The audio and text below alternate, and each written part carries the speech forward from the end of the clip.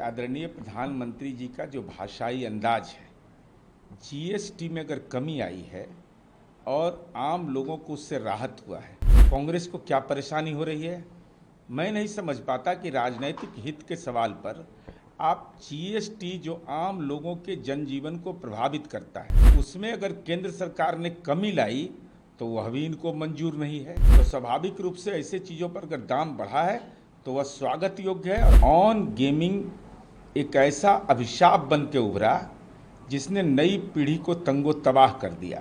नमस्कार, मैं हूं शालिनी सिंह और आप देख रहे हैं दर्श न्यूज। बिहार में विधानसभा चुनाव नजदीक है और सभी राजनीतिक दल अपनी अपनी रणनीति के साथ जनता के बीच सक्रिय हो चुके हैं। इसी बीच केंद्र सरकार द्वारा जीएसटी नीतियों में किए गए कुछ बदलावों ने प्रदेश की राजनीति में हलचल मचा दी है। विपक्ष ने इन बदलावों को चुनावी स्टंट बताया है, वहीं सत्ता पक्ष ने इसे जनहित में उठाया गया कदम कहा है। वित्त मंत्री निर्मला सीतारमण पर विपक्ष ने तीखा हमला बोला है।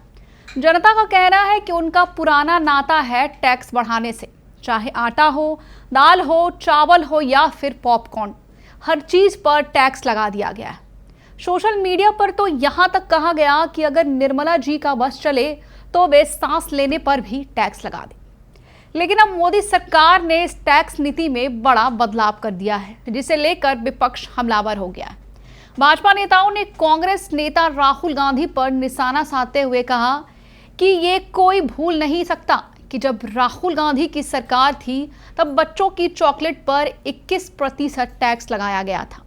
एक भाजपा नेता ने तो तंज कसते हुए कहा कि अगर हमारी सरकार ने ऐसा किया होता तो वे लोग हमारे बाल तक उखाड़ जाते। इस मामले में पत्रकारों द्वारा सवाल पूछे जाने पर जेडीयू एमएलसी नीरज कुमार ने प्रधानमंत्री नरेंद्र मोदी की तारीफ करते हुए कहा कि यह फैसला जनता की भलाई को ध्यान में रखते हुए लिया गया है और विपक्ष केवल चुनावी फायदे के लिए भ्रम फैला रहा है। उन्होंने आगे क्या कुछ कहा, सुनिए।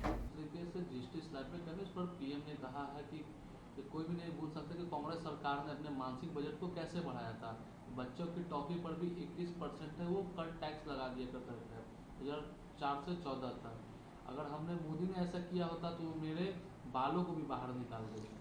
देखिए, आदरणीय प्रधानमंत्री जी का जो भाषाई अंदाज है, जीएसटी में अगर कमी आई है और आम लोगों को उससे राहत हुआ है, केवल विलासिता के सामान में है, तो किससे कांग्रेस को क्या परेशानी हो रही है, मैं नहीं समझ पाता कि राजनीतिक हित के सवाल पर आप जीएसटी जो आम लोगों के जनजीवन को प्रभावित करता है, उसमें अगर केंद्र सरकार ने कमी लाई तो वह भी इनको मंजूर नहीं है।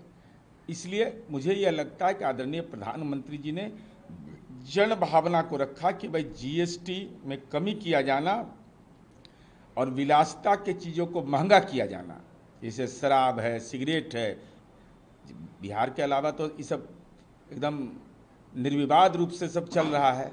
तो स्वाभाविक रूप से ऐसे चीज़ों पर अगर दाम बढ़ा है तो वह स्वागत योग्य है और आम लोगों के जीवन के उपभोग के वस्तुओं में अगर जीएसटी में कमी आई है तो वह निश्चित रूप से स्वागत योग्य है। साथ ही ऑनलाइन गेमिंग को लेकर भी सवाल पूछे गए कि मोदी जी का कहना है कि कुछ बड़ी शक्तियां हैं जो नहीं चाहती हैं कि ऑनलाइन जुआ पर प्रतिबंध लगे, लेकिन हमारी सरकार ने ऐसा कर दिया है। इस पर नीरज कुमार ने क्या कहा, सुनिए। ऑनलाइन गेमिंग बिल पर प्रधानमंत्री ने कहा कि बड़ी शक्तियां हैं वो कभी नहीं चाहती थी कि इस तरह का कानून बनाया जाए और जुआ पर प्रतिबंध लगाया जाए, लेकिन हमारी सरकार के पास देश में बच्चों के बारे में राजनीतिक इच्छा शक्ति है और प्रवाह है, इसलिए किसी के भी दबाव में ना रखे और बिना प्रवाह किए हुए लोगों को ऑनलाइन गेमिंग के बारे में।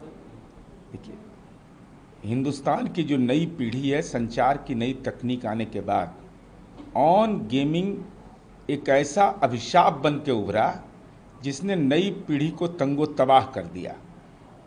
छोटा परिवार होता है, नियंत्रण के बाहर बच्चे चले जाते हैं, तो ऑन गेमिंग को अगर ये प्रतिबंधित किया गया है और इस दिशा में सरकार कार्रवाई कर रही है तो ये तो नई पीढ़ी को संचार तकनीक का ज्ञान के लिए इस्तेमाल करो, न कि विध्वंस के लिए करो, इसका साफ संदेश है। इस पूरे मामले ने सोशल मीडिया पर आग लगा दी है। कुछ यूजर्स तो ये तक कह रहे हैं कि ये सब महज चुनाव से पहले के तमाशे हैं। इस पर आपकी क्या राय है, हमें जरूर बताएं। बने रहे हमारे साथ और देखते रहे दर्श न्यूज। बिहार की हर खबर सबसे पहले हमारे साथ।